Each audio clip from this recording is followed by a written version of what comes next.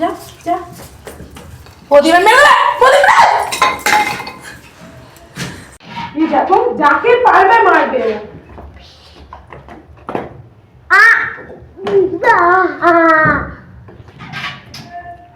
আয়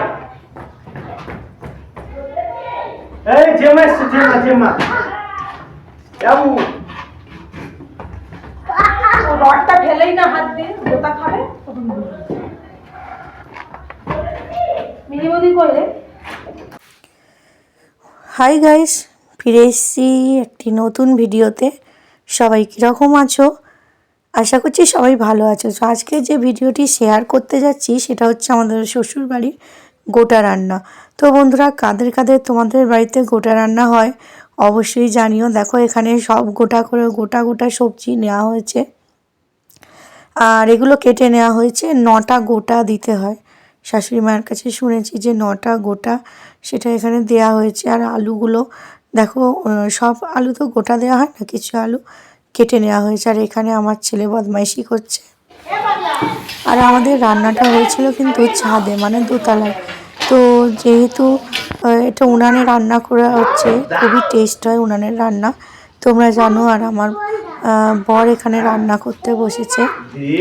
দেখো প্রথমে আলুটা ভেজে নেওয়া হয়েছিল, তো তারপরে সমস্ত সবজিগুলোকে ভেজে নিয়ে সুন্দর করে রান্নাটা করা হয়েছিল।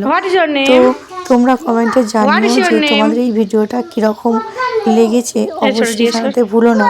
আর এই তরকারিটা কিন্তু খেতে খুব সুন্দর হয়, মানে আমি এর আগে কখনো খাইনি, শ্বশুরবাড়িতে এসেই প্রথম খেয়েছি। যেহেতু আমি খ্রিস্টান ঘরের মেয়ে, হিন্দু বাড়িতে বিয়ে করেছি, তো এই সম্পর্কে আমার কোনো জ্ঞান ছিল না, ধারণা ছিল না। তো ভাবতাম প্রথমে যে সব সবজি দিয়ে রান্না কীরকম হবে, বাট এখানে এসে খেয়ে দেখলাম যে খুবই স্বাদ, মানে খুবই ভালো খেতে।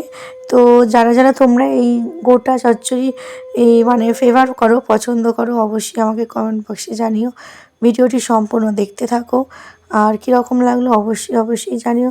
ফিরে আসছি কোনো নতুন ভিডিও নিয়ে। সবাই কিন্তু ভালো থেকো। তবে হ্যাঁ বন্ধুরা, ভিডিওটি দিতে একটু দেরি হয়ে গেল, আসলে এডিটিং করার সময় হয়নি।